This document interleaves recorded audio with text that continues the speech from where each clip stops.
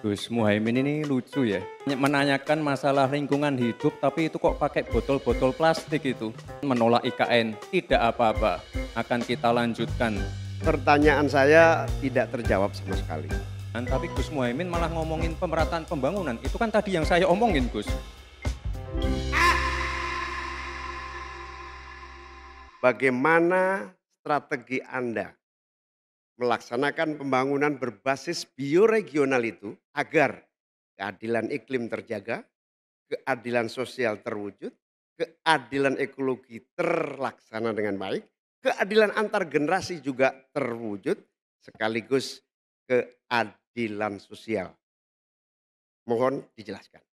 Gus Muhaimin ini lucu ya, menanyakan masalah lingkungan hidup tapi itu kok pakai botol-botol plastik itu. Padahal saya, Pak Ganjar, Prof Mahfud pakai botol kaca, itu gimana itu komitmennya? Botol plastik semua itu. Tapi nggak apa-apa, kita kembali lagi ke topik ya. Untuk yang namanya pembangunan, tidak boleh lagi Jawa sentris. Harus mulai Indonesia sentris. Kemarin Gus Muhaimin menolak IKN, tidak apa-apa, akan kita lanjutkan dan akan kita perkuat IKN itu. Sekali lagi, yang namanya pembangunan yang masif harus memperhatikan aspek lingkungan, sosial, dan keberlanjutannya. Kita pastikan mencari titik tengah, sekali lagi titik tengah, titik keseimbangan. Membangun hilirisasi industri, tapi harus memperhatikan lingkungan hidup. Menggenjot produktivitas para petani, sektor maritim, tapi juga harus menjaga keseimbangan alam. Pertanyaan saya tidak terjawab sama sekali. Karena di undang-undang kita juga dinyatakan bahwa potensi bioregional kita itu adalah bahwa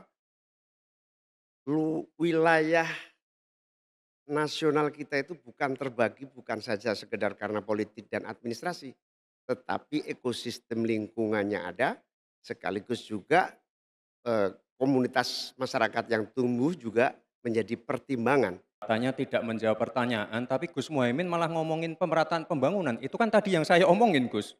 Pemerataan pembangunan yang tidak lagi Jawa sentris, harus Indonesia sentris. Pembangunan IKN sebagai simbol transformasi pembangunan Indonesia.